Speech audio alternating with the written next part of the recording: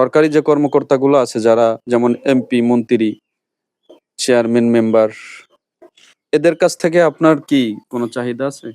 চাওয়া তাদের পাওয়া কাছ আছে? থেকে মনে করেন আমরা এই এলাকার নির্বাহী অফিসার সহ এবং থানা কর্তৃপক্ষ সহ এমপি সাহেব সহ আমরা এই চেয়ারম্যান সহ মেম্বার সহ এগুলির কাছে আমরা এবং অনেকগুলি দরখাস্ত দেওয়া হয়েছে। আগে পরে বহুত এমপি সাহেব ছিল, আরো বহুত নেতাকর্মীরা এগুলি আসলে আমরা দরখাস্ত দিলে তারা এইভাবে আসে পরিদর্শন করে।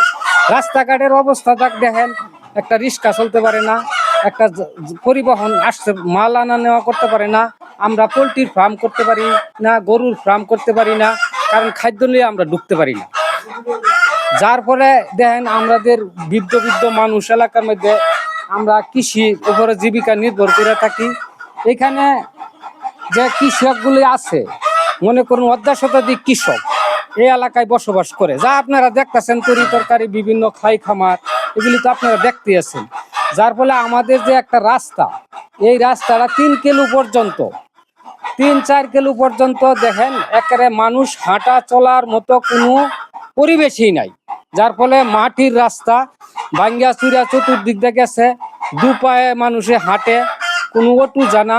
আমরা কতবার দরখাস্ত দিছি, আমাদের কথা তারা এটা সরকারি কর্মকর্তা উদ্যান কর্মকর্তারা এটা আসলে তারা যা খালি শুনে, কিন্তু আসলে মূলত বিষয়টা আমাদের এলাকায় আসে না। তারা এই বিষয়গুলি পর্যবেক্ষণ না করিয়া আমাদের একটু সুযোগ সুবিধা রাস্তাঘাট করে দিব, এইটাও তারা করে না।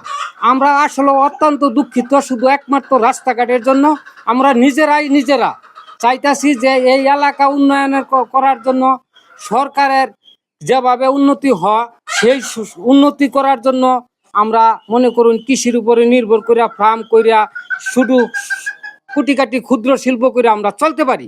কিন্তু বিশেষ করে যখন ক্ষুদ্র শিল্পগুলি আমরা করতে যাব, কিন্তু আমাদের তো একটা যাতায়াতের ব্যবস্থা লাগবে।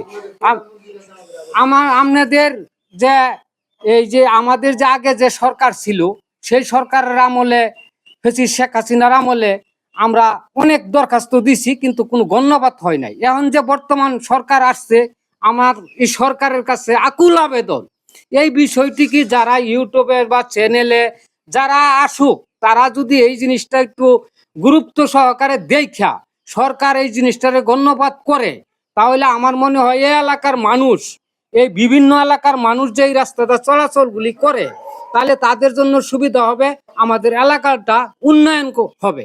এই উন্নয়ন হইলেই শুধু খালি এলাকা না, পুরা জাতি পুরা দেশবাসী উন্নত হতে পারে।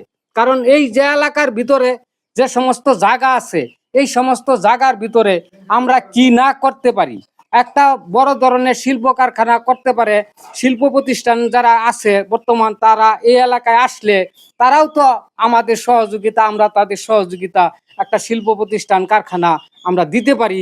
তারাও এখানে করলে আমাদের এলাকার গণ্যমান্য ব্যক্তি ছেলে ফেলে বলে চাকরি করে জীবিকা নির্ভর করতে পারে। আমি কাকা আসলে তার মনের কষ্টগুলো ছাড়ছেন।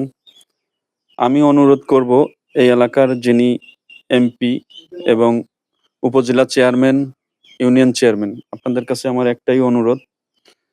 আমি আসলে অত বড় কন্টেন্ট ক্রিয়েটর না, তারপরে আপনারা যদি আমার এই ভিডিওটা দেখেন অবশ্যই একটু শেয়ার করবেন। এই কাকা যে কথাগুলো বলেছে অতি বাস্তব কথা বলেছেন। কারণ এই এলাকায় আসলে রাস্তাঘাট ওরকম ভালো না, চিপাচাপা রাস্তা, একটা দুইটা ভ্যান রিক্সা যাইতে গেলে অনেক সময় দুর্ঘটনার শিকার হয়।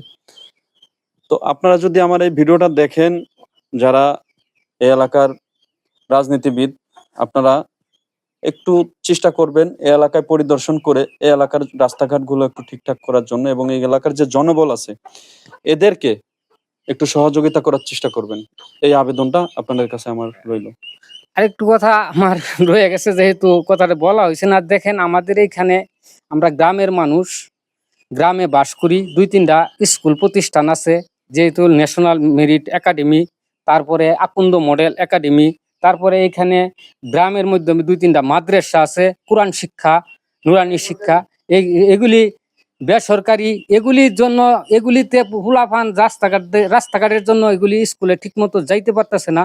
এখন পোলাপানটা আমরা দাবার দিলে পোলাপান বলে আমরা যাইতে পারি না, রাস্তা নাই, পেক ভরে কাপড়ে ময়লা আবর্জনা এগুলি নিয়ে স্কুলে ঢুকতে পারে না।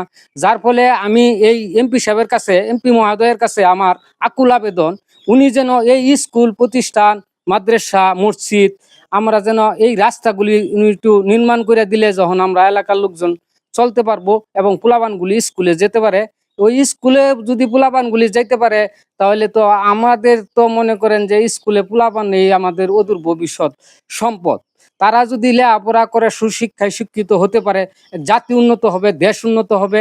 আমি এমপি সাহেবের কাছে এবং নির্বাহী কর্মকর্তার কাছে আকুল আবেদন করছি যেন এই বিষয়টি কি ওনারা একটু গুরুত্বপূর্ণ সহকারে দেখে আমাদের এলাকার এই রাস্তাঘাটের পরিবেশ তৈরি করে দেয়। আমি ইউটিউব চ্যানেলকে এবং যারা আসছেন তাদের সাথে কথা বলছি, কথা বলাতে যদি আমার কোনো ভুল ত্রুটি হয়ে থাকে আমাকে ক্ষমার দৃষ্টিতে দেখবেন। এবং আপনারা সহকারে, আপনারা সবাই সম্মিলিতভাবে, আমরা এলাকার মানুষ সম্মিলিতভাবে কথা বলার পক্ষে হয়তো সকলের সুযোগ হয়নি, তবে যারা যারা বলছে তাদের কথাগুলি একটু মূল্যায়ন করে অতি দ্রুতভাবে আমাদের যে চলাচলের রাস্তাঘাটগুলি যদি করে দেয় তাহলে আমরা ইনশাল্লাহ আমরা ওই সরকারি কর্তৃপক্ষের কাছে সন্তুষ্টজনক থাকব এবং তাদেরকে চিরকৃতজ্ঞতা জানাই। এই বলে আমি আমার কথা শেষ করছি। সকলেই ভালো থাকুক, দেশবাসী সুস্থ থাকুক। আসসালামু আলাইকুম। জি, প্রিয় দর্শক, আপনারা এই ভিডিওটা একটু শেয়ার করবেন। এখানকার যারা আছেন তাদের মনের ইচ্ছাগুলো প্রকাশ করছেন, যেন এখানকার রাজনীতিবিদরা যারা আছেন সবাই যেন এই ভিডিওটা দেখতে পারে। এবং আমি রাজনীতিবিদদেরকে একটাই অনুরোধ করব, আপনারা একটু এদিকে নজরদারি দিবেন, কারণ এটা হচ্ছে ব্যাক সাইড। এই সাইডটা অনেক সময় অনেক রাজনীতিবিদরা আসতে পারে না, আসে না, এদের খোঁজ খবর নেয় না। তাই আসলে ইনাদের মনের ভাবটা প্রকাশ করছে। সবাই ভালো থাকবেন। আল্লাহ হাফেজ।